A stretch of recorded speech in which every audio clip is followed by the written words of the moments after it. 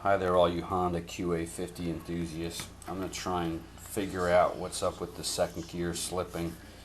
When I was a kid, I used to have a QA50 and it used to jump out of second gear, and I never knew why, and now I'm older and I know about mechanics. I'm going to try and figure it out.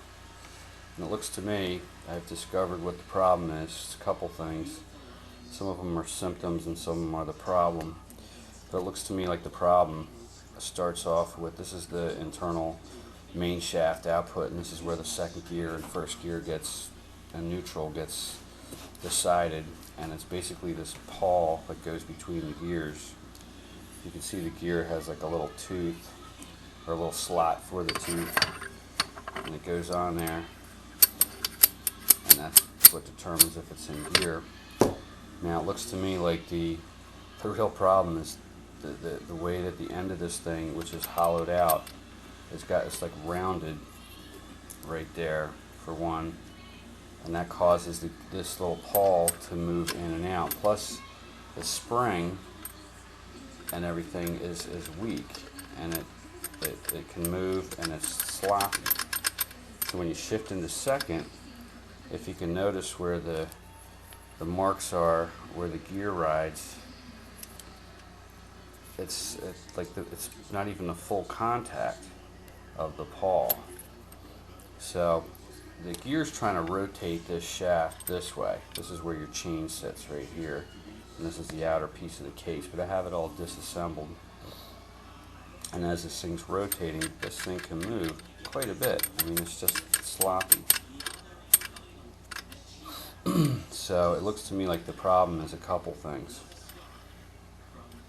So I'm trying to explain that and try and see if we can fix it. Okay, so for part two, again, what you'll see on your bikes is that there's, on this side of the pawl, I guess they call it the shift pawl, there's like a worn spot, and it has a counterpart on the driven gear. Also, right in this spot right here, which corresponds to where it's driven, and it actually will force, you'll see it's like worn at an angle because this thing's so sloppy and the spring's so weak that it actually wants to force its way out. It's kind of hard to do it while I'm holding the camera.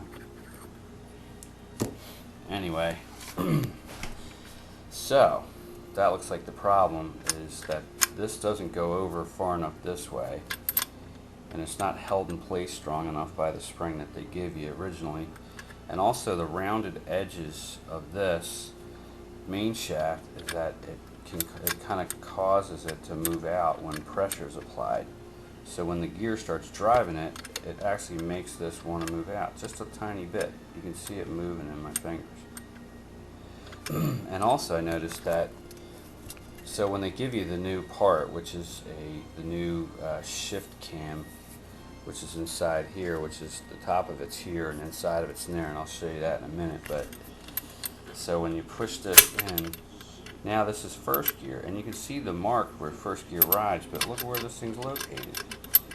It's totally wrong. And then when you shift it into neutral's like no problem because it's all the way over far enough. So it looks to me like the problem that they had was that the shift cam doesn't put this pawl where you want it.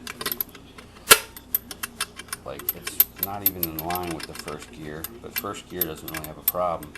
And then second gear, it's not far enough. Like, it's too far over to this side in first, and in the second, it's just not all the way over, and it's not held over. So that's definitely the problem. That's what's going on. So trying to figure out what to do to fix it. There's a couple things I figure we could do. One is, once you take this out, is that this spring right here, you're gonna have to find yourself a spring, probably at a hardware store. If you're in the auto mechanics, you might have one laying around. But see how this is sloppy, and you got to find a spring that's gonna like take up the slack, be strong enough, but still give you enough room, because when you go to shift, there needs to be a pretty good width to allow this paw to, because when you go to shift, it doesn't engage necessarily. It has to wait till the hole lines up, and then it shifts in there and it'll pop in. But it doesn't have to be that much, like probably a 1/4 inch or a little more, like 3/8 of an inch. So with this, what I'm going to try to do, and this comes off. There's a little square thing on the end with a crescent wrench, and you can take this out. And there it is. It falls apart, and this comes out. But you got to probably like deburr it so it comes out. Is I'm gonna elongate this hole with a Dremel and a carbide cutter bit, which you can get at Home Depot. It's like about $8, but it's like my favorite tool in the world. And then with these things, where it's rounded, I'm going to try and file it flat, probably also with the same tool on both sides. Then in the inside, I might actually make the screw head, like once I get this out of here, I will shorten it so that it can also go down farther when I go to open this up a bit on both sides. So that should take care of that, like taking care of the spring so that this isn't sloppy anymore and it's tighter, and then making this more room to move this paw down farther. That should take care of part of the problem. Then I'm going to take this gear and, using the same Dremel, and this part right in here, I'm trying to find it, see if I can find the angle. Right in here, it's worn at an angle from that piece slipping out right there, and you can even see the marks. Well, maybe you can. Let's see.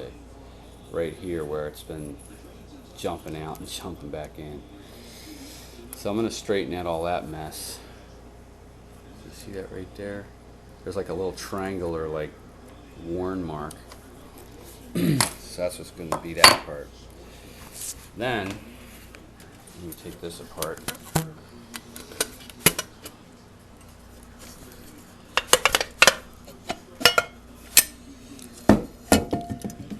Here's the shifter mechanism, and where this thing like moves in between neutral first and second. What I'm going to do is I'm going to grind down these edges.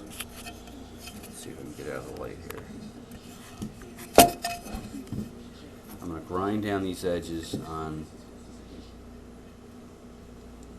I guess, right here, which is first gear, like on this side of the divot a little bit, and same on this side, which will basically make first gear move outward a little bit, and this will make second gear, or I'm sorry, first gear move inward and second gear move outward more, just a little bit, enough to make a difference, I guess.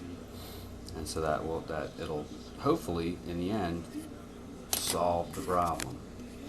So I'm going to give it a try, and when I give it a shot and see what happens, see if it fixes it in the end, and we'll see. So stay tuned. Thanks for watching.